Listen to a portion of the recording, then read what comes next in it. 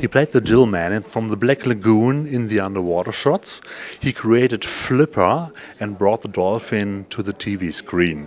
He also worked as an underwater director on a lot of movies, especially some Bond movies, and he's a living legend of diving.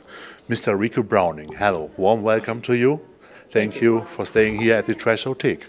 Okay, my first question to you is, before you put on the rubber suit of the Jill man, you worked in some water shows, we call this. What kind of shows were these? I did platform diving, you know, in the water and for water shows. And then later there was companies in the States that were called Grantland Rice Sports Films. And we did underwater shows for them, such as we'd have a group of kids getting in a Model A Ford, and we'd tow it with a cable underwater, and they would get out of the Model T underwater and have a picnic, or box underwater, or do some crazy stuff. And it was for short subjects for the movie screen, because they didn't have television, and when people would see a movie, they would have a short subject at the end, and some of it was humorous stuff of people doing things like that. Sounds really crazy. But how did you get the job at Universal to playing the creature from the Black Lagoon after this? A friend of mine ran a hotel at Wakulla Springs, and he called me, and I was going to Florida State University at the time. He called me and he said, would I mind picking some people up at the airport and taking them to the Springs to look at it, because they want to make a movie and they're looking for a location. So I said, okay, so I did. And while we were at the Springs and I was showing him around, the cameraman, who turned out to be Scotty Wellborn, he said, would you mind swimming in front of the camera so we can get some perspective the size of a person to the fish or the eelgrass or whatever? I said, sure, so I did. I took them back to the airport. They were happy at looking at the location. And about a week or so later, I got a call from the manager again, my friend, and he says, they're trying to reach you about this movie they're making. He said, I gave him your phone number. So they called me, and it happened to be Jack Arnold. And he said, we like the way you swim. How would you like to be an underwater monster? And I said, why not? And I went to California, made the suit, and then that's history. But the way I swim as the creature is the way I normally swim. So it's not something I had to learn, and they liked it, so that's the way the creature swam. We have to tell it was a really macho kind of swimming you did in this time, and it looks really, really, really hard and really, really macho in this moment, and it's one of the best monsters from Universal. Okay, but I think it was very hard. It had to be very hard to swim and act in this rubber suit without an acrolung. If you have no breathtaking machine underwater, you have to swim without these, only in this rubber suit. Yeah. I breathed from an air hose. And it's kind of like if you're in the backyard watering, you drink water out of the hose. You drink what water you want, let the rest spill out. Well, breathing from an air hose is the same way. You breathe the air in, what you want, and the rest just spills out. And I had safety people, each with an air hose. And I would breathe and then get ready to go into a scene. I'd hold my breath, swim in and do the scene, and I'd get air from another safety person with another air hose. We had a signal that if I went totally limp, that meant I needed air.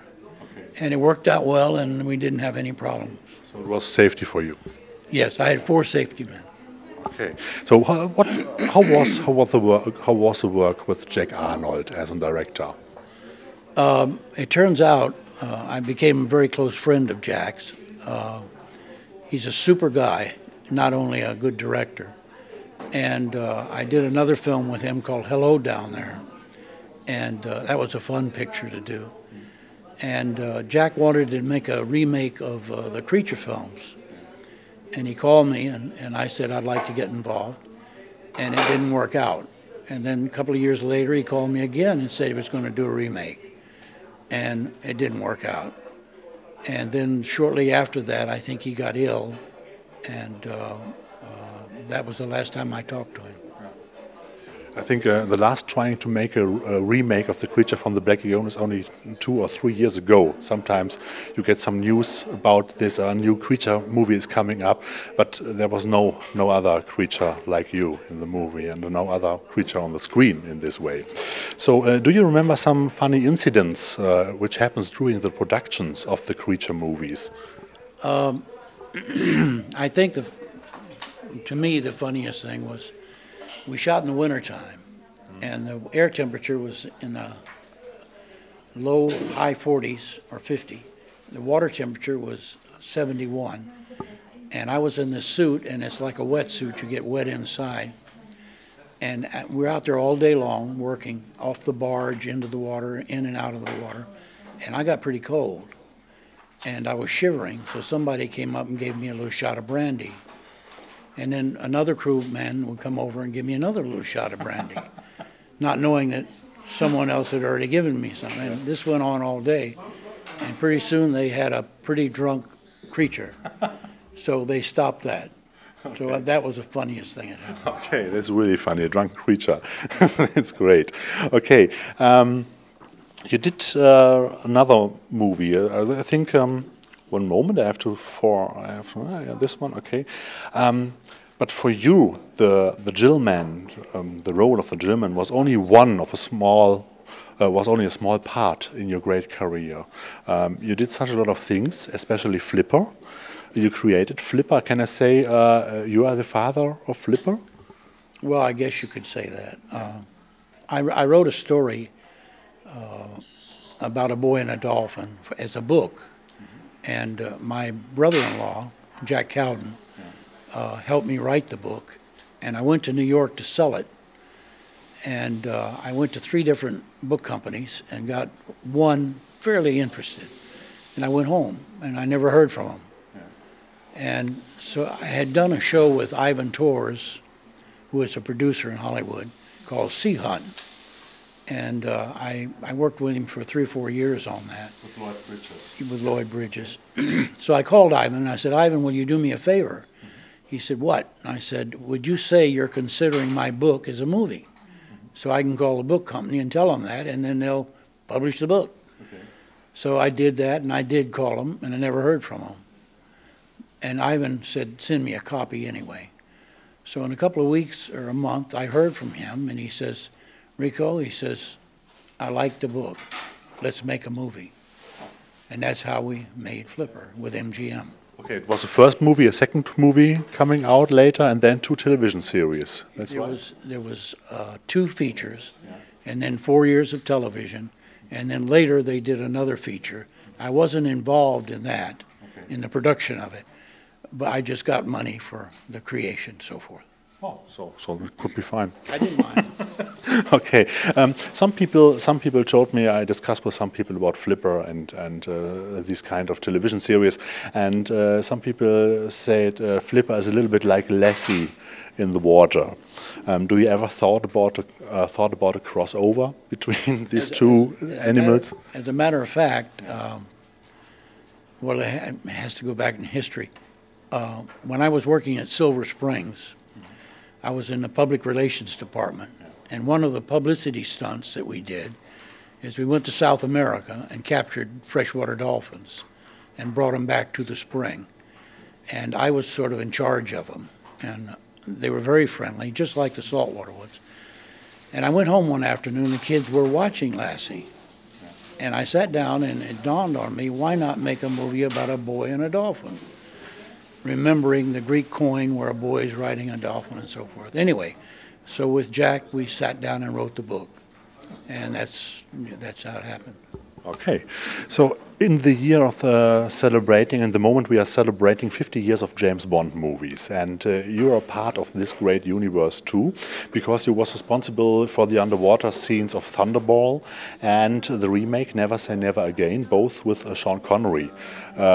Was Sean Connery a good diver? In the first Thunderball, he was not so hot. But after we shot Never Say Never Again, he became a very good diver, and he did a lot of his own work. And he did some of the work in Thunderball, but he's a super guy to work with, very professional, and we got along great. So. I've seen some set photos with Sean Connery in the last years about his you can say when he make a break during the scenes and he have to wait, and on all these photos he's sleeping. Sean Connery, it seems so that he's sleeping every time on the set when he isn't in front of the camera. You have seen this? Well, not really sleep, but. In other words, he's always ready to go. Okay. And when you say let's shoot, you better be ready to shoot. Yeah. And do it as professionally and as quickly as possible. And then when he's through, he goes and does his own thing, whatever it is. So you did it in the same way as the creature features? Yeah, certainly. Yeah. Okay. So last question, you are a very active person, and your son is an active person too. He's in the underwater movie business too. And do you have some new projects for the future, together with your son or alone? Yes, as a matter of fact, we do. But the shows that we're talking about now are not underwater.